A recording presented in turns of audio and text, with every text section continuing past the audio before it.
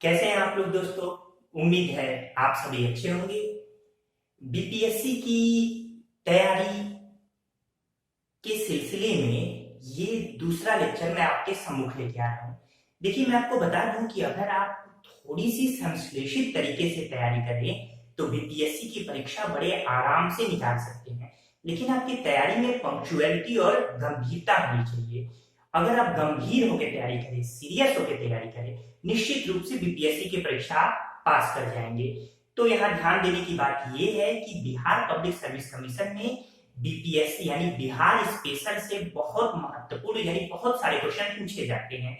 हो सकता है कि ऐसे क्वेश्चन देखे गए कि 25 150 में 25 से 30% यानी 25 से 30 क्वेश्चन तक पूछे गए हैं। प्रश्नों की संख्या तो की मैं बात कर रहा हूँ, लेकिन औसतन 15 से 20 क्वेश्चन तो पूछे ही जाते हैं। इन्हीं संदर्भों में पहला लेक्चर आपके सम्मुख आ चुका है।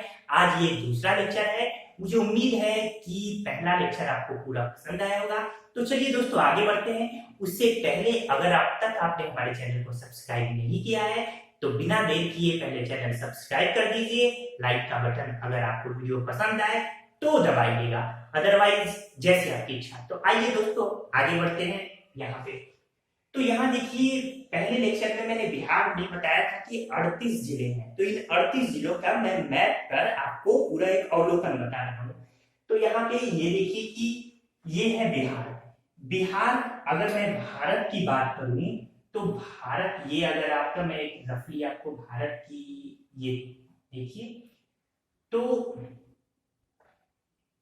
ये जो क्षेत्र है ये उत्तर प्रदेश, ठीक, ये है नेपाल आपका देश है, ये उत्तर प्रदेश। उत्तर प्रदेश के पूर्व में बिहार, ये मैंने पहले लेक्चर में बताया है। तो बिहार के पश्चिम में उत्तर प्रदेश है, बिहार के पूर्व में पश्चिम बंगाल है, बिहार के दक्षिण में झारखंड है और बिहार के उत्तर में नेपाल है। पहले लेक्चर में इसकी चर्चा हो गई थी। तो आइए इस बिहार को यहाँ पे देखते हैं। सबसे पहले बिहार का सबसे बड़ा जिला कौन सा है, तो वो है पश्चिमी चंपारण। पश्चिमी चंपारण में सर्वाधिक एसटी यानी अनुसूचित जनजाति की संख्या भी है। तो इस तरीके से सर्वाधिक सबसे बड़ा जिला अगर पूछे तो पश्चिमी चंपारण। पश्चिमी चंपारण के ही पास ये पूर्वी चंपारण है। इस तरीके से तीसरा जिला यहाँ पे गोपालगंज दिख रहा है, फिर सिवान, फिर ये भोजपुर, ये बक्सर, ये कैमूर और रोहतास। तो ये पश्चिम के जो जिले हैं ये आपको यहाँ पे दिखे। इसके बाद दक्षिण में देखिए, ये औरंगाबाद, अरवल। अरवल जो जिला है, ये अरवल, ये 38वां और सबसे आखिर जिला है ये अरवल। तो ये अरवल है, जहानाबाद है, फिर ये गया है, ये नवादा है, शेखपुरा। देखिए, गया के बारे में मैं आपको बताऊं कि सर्वाधिक अनुसूचित जाति कहाँ पाई जाती है बिहार में, तो गया में पाई जाती है। ये नवादा है, ये शेखपुरा है, ये जमुई। जमुई में न्यूनतम जनघनत्व, जनसंख्या घनत्व बिहार में सबसे न्यूनतम कहाँ पे है, तो जमुई में है। इसके बाद से ये बांका है। फिर हम पूर्व में आगे बढ़ते हैं तो ये भागलपुर, कटिहार, पूर्णिया, ये सब पश्चिम बंगाल के निकटवर्ती है। कटिहार हुआ, पूर्णिया हुआ, फिर किशनगंज हुआ। ऊपर अगर हम चले उत्तर की तरफ तो यहाँ अररिया, यहाँ सुपौल, ये मधुबनी है, फिर सीतागढ़ी, फिर शिवहर, पूर्वी चंपारण। शिवहर के बारे में एक बात महत्वपूर्ण की सर्वाधिक जनघनत्व पूछे तो शिवहर में है। इसके अलावा सबसे न्यूनतम जो जनसंख्या है एसटी की, वो कहाँ है, शिवहर में है। यानी अनुसूचित जनजाति सबसे कम कहाँ पाई जाती है बिहार में, तो शिवहर में पाई जाती है।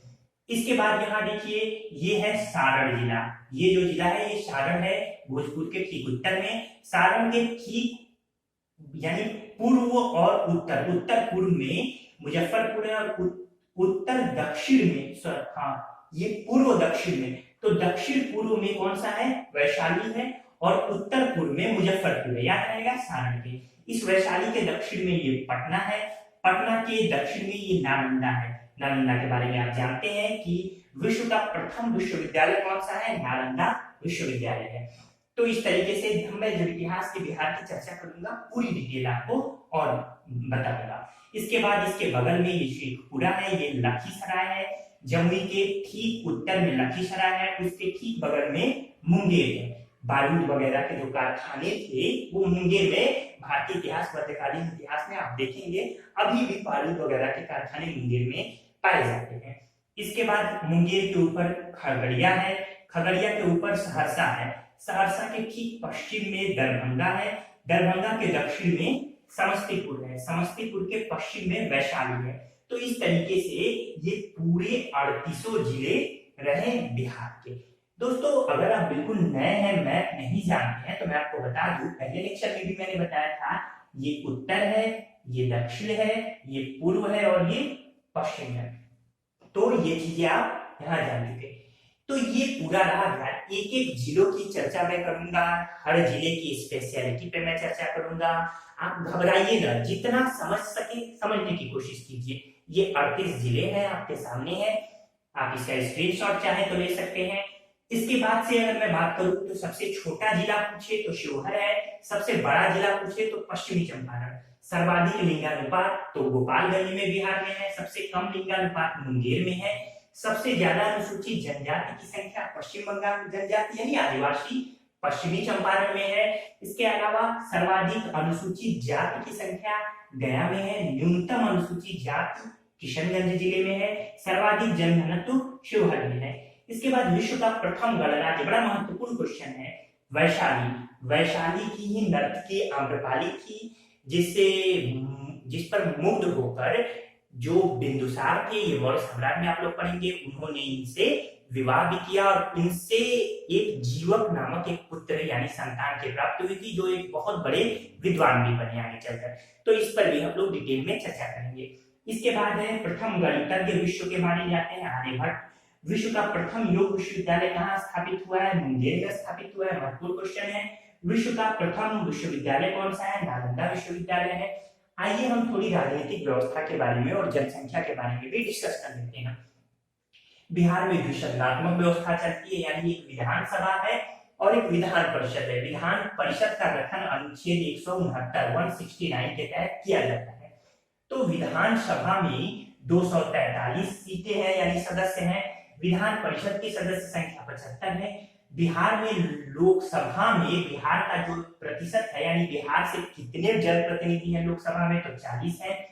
बिहार के प्रथम राज्यपाल जयराम दास दौलत राम रहे हैं। प्रथम मुख्यमंत्री डॉक्टर कृष्ण सिंह, प्रथम विधानसभा अध्यक्ष दीप नारायण सिंह जी रहे हैं। अब हम जनसंख्या पे देख लेते हैं कि भारत के कुल क्षेत्रफल का कितना प्रतिशत हिस्सा बिहार में के पास है, तो 2.86 यानी 2.86% क्षेत्रफल की दृष्टि से बिहार 13वां राज्य है। ये सब 2011 की जनगणना के अनुसार है, क्योंकि अभी इसके बाद 2021 की जनगणना जो होने वाली थी, कोरोना के कारण वो जनगणना अभी संभव नहीं हो पाई है। तो इसके बाद से दर्शकीय जनसंख्या वृद्धि जो रही है बिहार की 2001 से 11 तक, वो 25.4% रही है। बिहार की साक्षरता दर 61.1 यानी 61.8% है, जिसमें मेल यानी पुरुष की साक्षरता 78.2% और महिला यानी फीमेल की साक्षरता 51.5% है। साक्षरता के दृष्टिकोण से बिहार 2011 की जनगणना के अनुसार देश का अंतिम राज्य है, यानी काफी पिछड़ा हुआ है 2011 की जनगणना के अनुसार साक्षरता के दृष्टिकोण से। बिहार का लिंगानुपात 918 है, जबकि देश का भारत का 943। तो इस तरीके से ये बिहार की कि आज के दूसरे लेक्चर में मैंने ढेर सारी भूमिकाएं बताई। बिहार में 2 अंतर्राष्ट्रीय हवाई अड्डे हैं, जयप्रकाश नारायण अंतर्राष्ट्रीय हवाई अड्डा जो कि पटना में है। इसके अलावा एक गया अंतर्राष्ट्रीय हवाई अड्डा।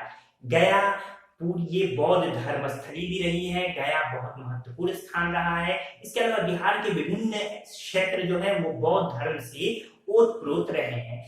तो धीरे धीरे जैसे जैसे हम आगे बढ़ेंगे, मैं एक एक कड़ी की चर्चा करूंगा। बिहार के पूरा भूगोल, बिहार की पूरी राज्य व्यवस्था, बिहार का पूरा इतिहास, सब कुछ। इसके अलावा बिहार के कुछ करंट अफेयर्स, सब पे मैं चर्चा करूंगा। तो ठीक है दोस्तों, उम्मीद है आपको ये लेक्चर पसंद आया होगा। अगर अब पसंद आया हो तो अब तो लाइक कर दीजिए, और इसके अलावा अब तक अभी आप इंतजार कर रहे थे चैनल को सब्सक्राइब करने का, तो चैनल सब्सक्राइब कीजिए ताकि हमारा उत्साह वर्धन हो।